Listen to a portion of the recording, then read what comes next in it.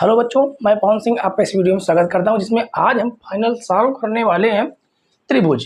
यानी शुरू करेंगे, नया चैप्टर है त्रिभुज। ठीक है, और ये त्रिभुज में बहुत से बच्चों का बहुत ज़्यादा डाउट होता है और इस चैप्टर से बच्चे डरते भी हैं। डरने का मेन कारण ये है, या तो आपने कक्षा 9 में त्रिभुज सही से पढ़ा नहीं है, या तो फिर आपको प्रमेय नहीं आती। वैसे भी प्रमेय जिस चैप्टर में होते हैं वो चैप्टर बच्चों को कठिन लगता ही लगता है। यदि हम एक सीक्वेंस से पढ़ते चलें, यानी एक चैप्टर बाय चैप्टर और सारी प्रमेय पढ़ते चलें, तो 100/100 आपको समझ में आएगा ये चैप्टर पूरी तरह से। ठीक है, चलिए शुरू करते हैं। सबसे पहले हम ये जान लेते हैं कि त्रिभुज आखिर क्या है। त्रिभुज तीन भुजाओं वाली आकृति, ऐसी आकृति जो तीन भुजाएं हों और वो तीनों ओर से घिरा हुआ क्षेत्रफल हो, उसे हम लोग क्या बोलते हैं? त्रिभुज बोलते हैं। ठीक है, अब त्रिभुज हमारे दो प्रकार के होते हैं। पहला कौन सा है? पहला जो आपने कक्षा 9 में पढ़ा है वो है सर्वांग सम आकृति वाला एक त्रिभुज होता है। दूसरा है समरूप आकृति वाला त्रिभुज होता है। तो पहले हम ये जानेंगे कि सर्वांग सम आकृति किसे कहते हैं और समरूप आकृति किसे कहते हैं। तो सर्वांग सम आकृति आपने पढ़ी है कक्षा 9 में, तो ये पोर्शन आपका जो है ये कक्षा 9 का है। ठीक है, तो पहले हम कक्षा 9 समझेंगे, उसके बाद आएंगे कक्षा 10 में। तो देखिए, कक्षा 9 में आपने पढ़ा सर्वांग सम आकृति, मतलब समान आकार एवं समान आमाप होना आवश्यक होता है। किसके लिए? यदि वो आकृति सर्वांग सम है। ठीक है, देखिए समझिए, आकार का मतलब उसकी साइज से नहीं है, आकार का मतलब उसके शेप से। वो किस रूप का है, वो किस तरह का दिख रहा है, उसे हम क्या बोलते हैं? आकार। आमाप का मतलब होता है साइज। आमाप का मतलब क्या होता है? साइज।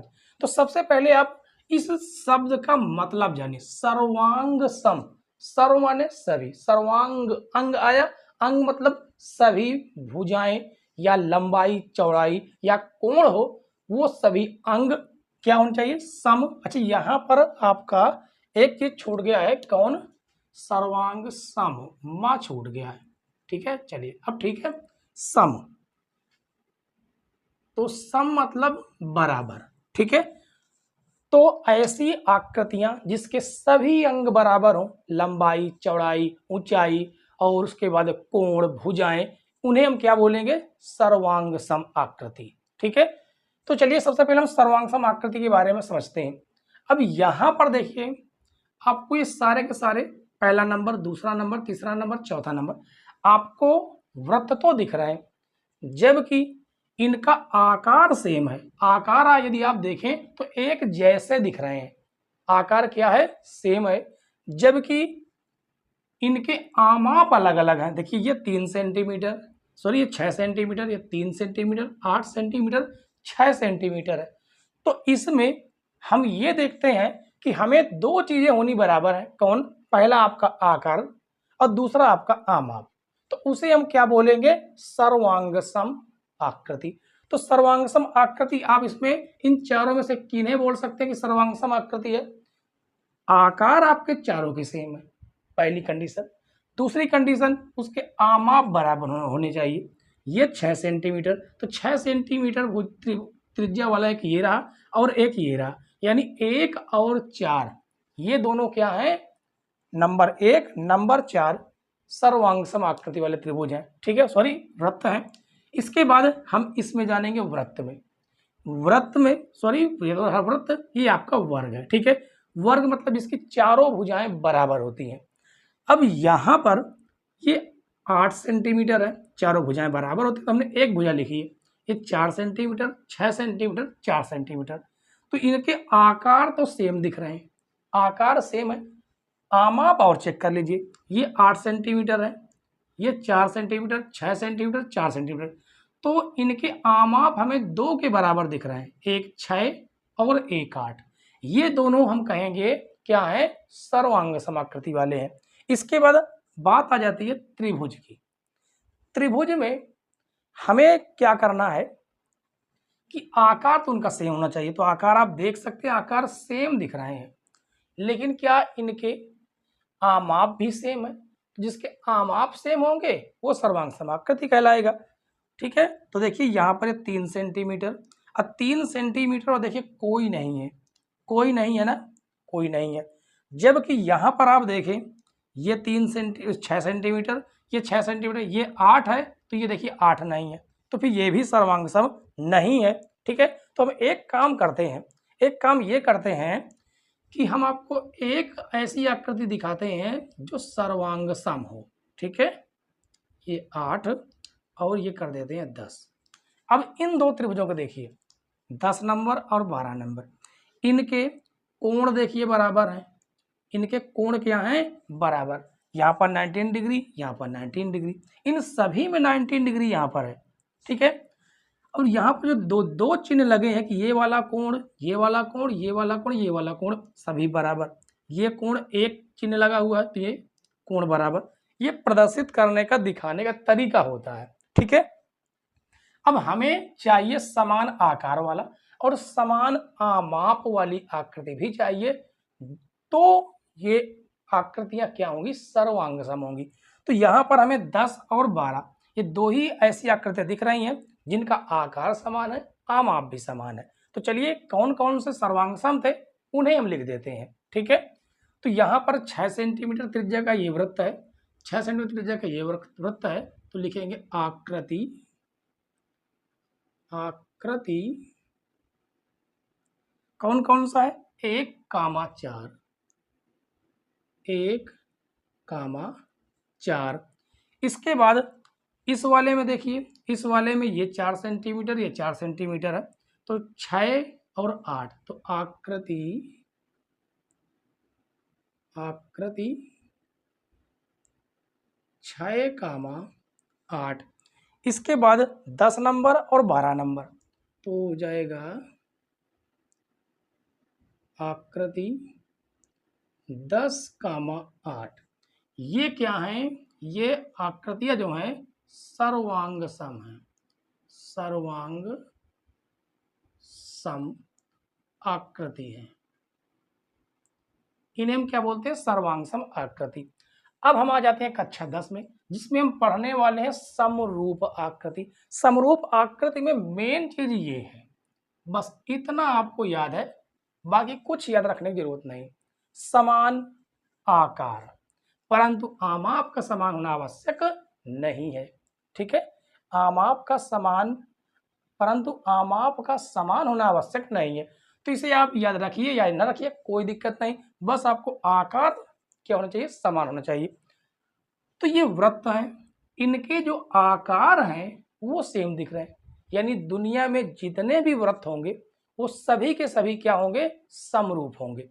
इसके बाद ये सभी वर्ग हैं, वर्ग एक जैसे होते हैं, उनकी आकृति एक जैसी। आकृति मतलब कि साइड से नहीं है, उसकी शकल कैसी है उससे है। ठीक है। तो इनकी शकल एक जैसी दिख रही, ये आपके सब क्या है, समरूप है। ये एक जैसे दिख रहे हैं, लेकिन इनकी कंडीशन है समरूप होने की त्रिभुजों के, यानी कि कोई भी बहुभुज है, कोई भी बहुभुज, त्रिभुज, चतुर्भुज, पंचभुज, छठभुज, षष्ठभुज, उनकी आकृतियां समरूप होने की कंडीशन है। कंडीशन क्या है कि उनकी संगत कोण बराबर होने चाहिए और संगत भुजाएं समान अनुपात में होनी चाहिए। डिटेल में पढ़ेंगे। ठीक है। इसके बाद जो है हम डिटेल में पढ़ेंगे बहुभुज के बारे में कि कब कब वो आकृतियां समरूप होती हैं। तो पहले हम यहाँ पर थोड़ा सा जान लेते हैं कि समरूप तो यहाँ पर है, तो जो समरूप है उन्हें हम लिख देते हैं। ठीक है। यहाँ पर लिखेंगे आकृति, आकृति देखिए सभी के सभी समरूप हैं, यानी 1, 2, 3, 4, और उसके बाद आकृति कौन कौन सा है, 5, 6, 7, 8, 5, 6, 7, 8, और उसके बाद आकृति मिल जाती हैं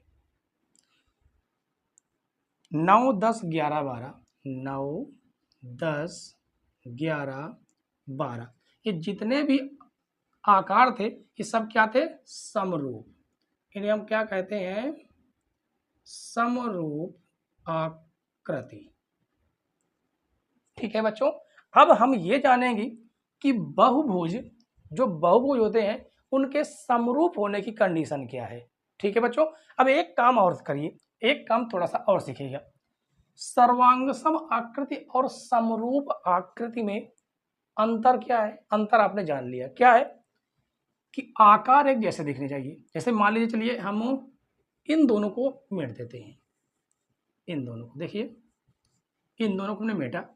अब इनमें देखिए, ये दोनों के दोनों क्या हैं? समरूप तो है। पहली कंडीशन ये है कि उनका आकार क्या होना चाहिए? आकार समान होना चाहिए। ठीक है। दूसरी कंडीशन ये है कि उसका आमाप, आमाप भी क्या होना चाहिए? समान। तो इसके आमाप भी समान है। इसका मतलब 1 और 4 जो है ना, वो सर्वांगसम है और सर्वांगसम के साथ साथ समरूप भी है। तो यहां से एक बात ये निकल के आई कि जो आकृति सर्वांगसम होगी वो आकृति समरूप भी होगी।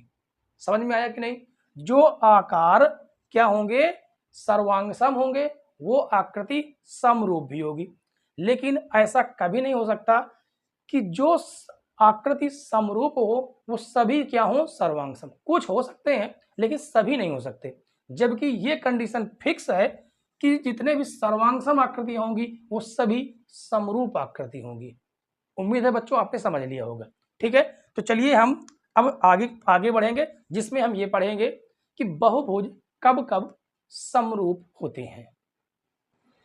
दो बहुभुज कब समरूप होते हैं, अब वो हम पढ़ेंगे। ठीक है, तो यहां पर कहा गया भुजाओं की संख्या समान वाले दो बहुभुज समरूप होते हैं यदि पहली कंडीशन उनके संगत कोण बराबर हो, दूसरी कंडीशन है कि उनकी संगत भुजाएं एक ही अनुपात में हो। ये मात्र दो कंडीशन है और दोनों कंडीशन फॉलो होना चाहिए। ठीक है, तो यहां पर एक बात क्या कही गई है कि भुजाओं की संख्या समान वाले, भुजाओं की संख्या समान वाले कहने का मतलब ये है कि बहुभुज तो कई प्रकार के होते हैं। 3 भुजाओं वाला त्रिभुज, 4 भुजाओं वाला चतुर्भुज, 5 भुजाओं वाला पंचभुज। तो यहां पर इसके कहने का मतलब ये है कि यदि हम चतुर्भुज की बात कर रहे हैं तो 2 चतुर्भुज होने चाहिए। ये नहीं कि एक चतुर्भुज है एक पंचभुज है। ठीक है, समान भुजाओं वाले, क्या कहा गया कि भुजाओं की संख्या समान वाले दो बहुभुज समरूप होते हैं यदि उनकी संगत कोण बराबर हो, उनकी संगत भुजाएं बराबर हो। तो अब यहां पर देखिए, इन दो आकृतियों को देखिए, ये दोनों चतुर्भुज हैं। दोनों क्या है? चतुर्भुज है। अब इनकी देखिए कोण आपस में क्या है? बराबर। भुजाएं हमें दी नहीं गई, हमने भुजा माना कि इसकी 3 सेंटीमीटर भुजा है, इसकी 6 सेंटीमीटर भुजा है, इसकी 2 सेंटीमीटर भुजा है, 2 सेंटीमीटर, और इसकी भुजा 4 सेंटीमीटर है। ये भुजा मान लेते हैं 1 सेंटीमीटर, हम मान लेते हैं। ठीक है, ये है आपका 2 सेंटीमीटर, ये आपका 5 सेंटीमीटर और ये 10 सेंटीमीटर। अब हमें पता लगाना है कि दोनों आकृतियां समरूप है या नहीं। तो पहली कंडीशन ये है कि इसके संगत कोण बराबर होने चाहिए। तो यहां पर देखेंगे कि कोण एक ही बात हो रही इधर की, तो इधर भी कोण की बात होनी चाहिए, यानी कि सेम जगह के कोण की बात होनी चाहिए। तो कोण ए बराबर है किसके? कोण पी के। 70 अंश 70 अंश, 85 अंश 85 अंश, 105 अंश 105 अंश, 100 अंश 100 अंश। इसका मतलब है कि आपके जो कोण की कंडीशन है, जो कोण की कंडीशन है संगत कोण की, संगत कोण की, वो तो सेटिस्फाई होगी। अब रही बात भुजाओं की, तो भुजाएं क्या होनी चाहिए? समान अनुपात में होनी चाहिए। यानी इस AB की बात हो रही तो PQ की बात होगी। यानी AB, देखिए AB कितना है? AB बटे PQ, AB बटे PQ, क्योंकि कहा गया संगत भुजाएं एक ही अनुपात, अनुपात का मतलब होता है भाग। ठीक है, तो यदि A की भुजा कितनी है? 3 है, B की भुजा कितनी है? 6 है, इसे काटा जाए तो कितना आ जाएगा? 1/2 आएगा। इसी प्रकार से अगर AD और इस PS की बात की जाए तो 2 1 2, 2 दूनी 4, इसकी भी भुजा की अनुपात 1/2 ही आएगा, ये 1/2 ही आएगा, और 5/10 मतलब 1/2 ही आएगा। यानी संगत भुजाएं, संगत भुजाएं, तो यहां पर लिखेंगे संगत भुजाओं का अनुपात भी आपका क्या है, समान है, यानी कि सॉरी, हाँ, संगत भुजाओं का अनुपात, देखिए उनकी संगत भुजाएं एक ही अनुपात में हो, तो भुजाएं भी एक ही अनुपात में है, तो हम ये कह सकते हैं कि ए बी सी डी और पी क्यू आर एस दोनों क्या हैं, समरूप। ये समरूप दिखाने का चिन्ह है कि दो आकृतियां क्या हैं, समरूप हैं। अब यहां पर देखिए इनके कोण तो संगत दिख रहे हैं क्योंकि ये वर्ग है, या क्या है, ये वर्ग है, जबकि ये आयत है, ये क्या है, आयत है, ठीक है। अब इसके कोण तो समान है, ठीक है, कोण सेटिस्फाई हो रहा है कि कोण क्या है, कोण समान है, जबकि भुजाएं क्या संगत है, क्या देख लेते हैं। यहां पर देखिए इस भुजा की बात चल रही, इस भुजा और इस भुजा की, तो 3 देखिए कितना हो जाएगा, 3/5.5। इसके बाद हमने इसका तो देखा, ये संगत भुजा है, ठीक है, संगत भुजा कितनी है, 3/5 आई गई। इसके बाद हम अगली संगत भुजा देख लेते हैं, 3/5, इसका भी निकल के आएगा, ठीक है। देखिए इसका, इस वाली भुजा को इस वाली भुजा को देखना है, तो 3/5 और इसका कितना आ गया, इसका तो आया 3/5. इस भुजा को हमने देखा तो आया 3/5, ठीक है। इसके बाद अगला आप देख लीजिए, ये वाली भुजा, ये वाली भुजा कितनी है, ये वाली भुजा आपकी 3 और ये है आपकी 5.5। इसके बाद इसे देखें 3/5, क्या इसकी जो संगत भुजाएं हैं वो क्या समान अनुपात में है क्या, तो समान अनुपात में तो देखिए नहीं है, क्यों, क्योंकि यहीं पर हमें पता चल गया कि ये संगत भुजाएं समान अनुपात में नहीं है, तो फिर इसका मतलब है कि ये समरूप नहीं होगी, तो लिखेंगे समरूप नहीं, क्योंकि इसकी भुजाएं क्या हैं, वो समरूप नहीं है। अब बात आ जाती है त्रिभुज की, जिसे हम और भी डिटेल में आगे आने वाले चैप्टर में पढ़ेंगे, जबकि आज का जो चैप्टर है वो आपका 6.1 है, ठीक है, छोटा सा चैप्टर आराम से खत्म कर लेंगे। 6.2 में हम लोग दो त्रिभुजों के संगत भुजाओं की, वहां पर और भी ढेर सारी प्रमेय पढ़ेंगे, ढेर सारी प्रमेय है, जिसमें हम सबसे मेन है आपकी थेल्स प्रमेय। थेल्स प्रमेय बच्चों पेपर में आती भी है, 100/100% थेल्स प्रमेय आती ही आती है, नहीं आती तो उसका उपयोग जरूर आता है, ठीक है। चलिए वो तो 6.2 में देखेंगे, 6.1 की पहले बात कर लेते हैं। अब यहाँ पर यदि हम देखें तो इनके क्या, देखिए कंडीशन ये कि उनके संगत कोण बराबर हो, संगत कोण बराबर हो, देखिए कोण ए बराबर है कोण पी के, कोण ए बराबर है कोण पी के, कोण बी बराबर है कोण क्यू के, कोण बी बराबर है कोण क्यू के, क्योंकि यहाँ पर 90 अंश, ये 90 अंश है, ठीक है। उसके बाद कोण सी बराबर है कोण आर के, कोण सी बराबर है कोण आर के, तो संगत कोण बराबर हो गई। संगत भुजाएं देख लेते हैं क्या समान अनुपात में है क्या, तो 3 ये रहा, 6 ये रहा, तो इसको दिखाते हैं यहाँ पर, देखिए 3/6, ये तो रही इस भुजाओं की बात, बराबर। अब इस भुजा के देखिए 5/10 बराबर, ये 6/12। यदि इन्हें हम सब काटते हैं ना, तो इनकी जो संगत भुजाओं का जो अनुपात है वो 1/2 1/2 1/2 आ रहा। इसका मतलब इसे हम ये कह सकते हैं कि त्रिभुज, यहाँ पर कहाँ पर लिखे, त्रिभुज ए बी सी सर्वांगसम है त्रिभुज पी क्यू आर की, ठीक है। ये आपका जो चिन्ह है ये समरूप दिखाने का चिन्ह है। तो अब तो बच्चों आपने समझ लिया होगा कि सर्वांगसम आकृति किसे कहते हैं और समरूप आकृति किसे कहते हैं, आपने उन दोनों में डिफरेंस जान लिया, ठीक है। अब हम प्रश्नों को सॉल्व करेंगे, जो कि है आपका 6.1। आइए बच्चों, अब हम लोग जो है प्रश्नों को सॉल्व करेंगे। सबसे पहले इसमें प्रश्न नंबर 1, इसमें कहा गया कि कोष्टकों में दिए शब्दों में सही शब्दों का प्रयोग करते हुए रिक्त स्थानों को भरिए। तो सबसे नंबर आपका पहला आता है कि सभी व्रत होते हैं, खाली जगह होते हैं। तो सभी जो व्रत होते हैं दुनिया में जितने भी व्रत हैं वो सब क्या होते हैं, वो सब सर्वांगसम होते हैं या समरूप होते हैं। तो अभी हमने एग्जाम्पल करके आपको बताया था कि सभी जितने भी दुनिया में व्रत होते हैं वो सभी के सभी एक रूप के दिखते हैं, यानी कि वो होते हैं समरूप। क्या होते हैं?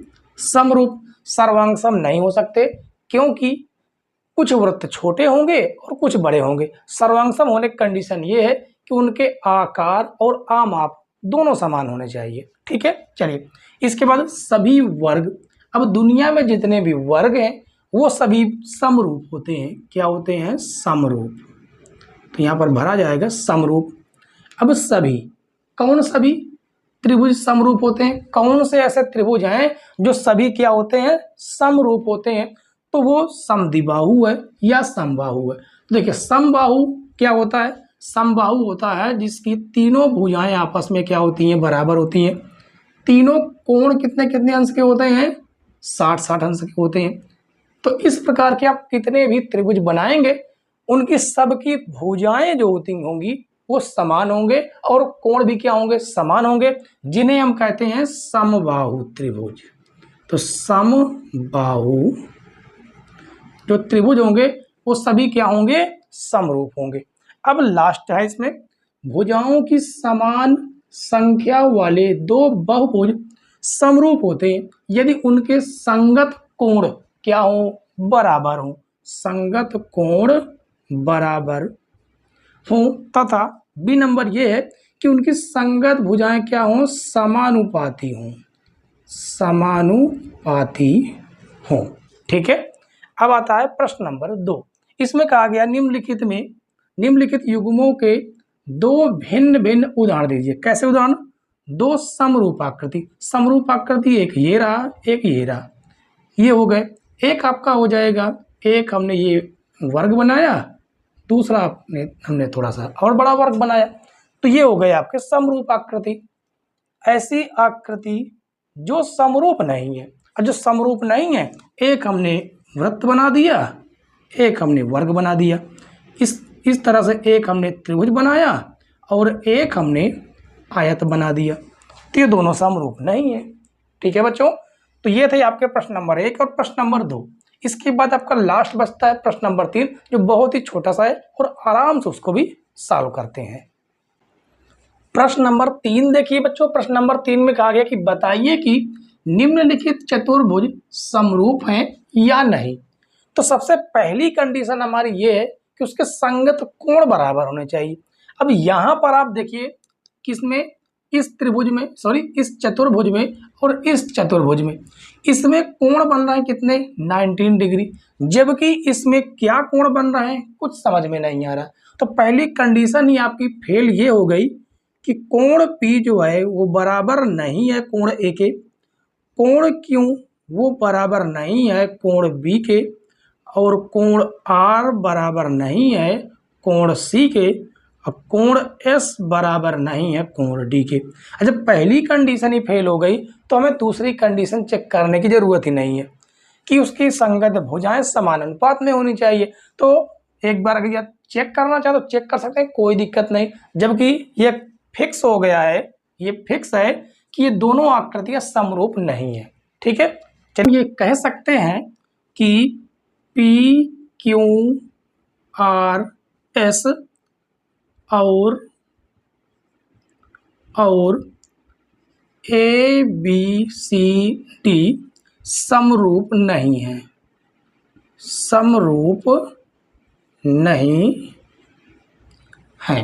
ठीक है बच्चों, तो आज आपका 6.1 पूरी तरह से समाप्त हो गया। इसके बाद आपका 6.2 है। हमने आपको पहले बताया यदि आप एक तरफ से सीरियल वाइज पढ़ते चलेंगे तो 100/100 आपको समझ में आएगा कि त्रिभुज पढ़ने में कितना मजा आता है। ठीक है, आपको एक एक क्वेश्चन समझ में आएगा, एक एक प्रमेय समझ में आएंगी। तो इसलिए आपको 6.1 के बाद 6.2 देखना ही चाहिए। ठीक है, और उस क्लास के बच्चों आप लोग वेट कीजिए। तब तक के लिए बाय बाय, टाटा।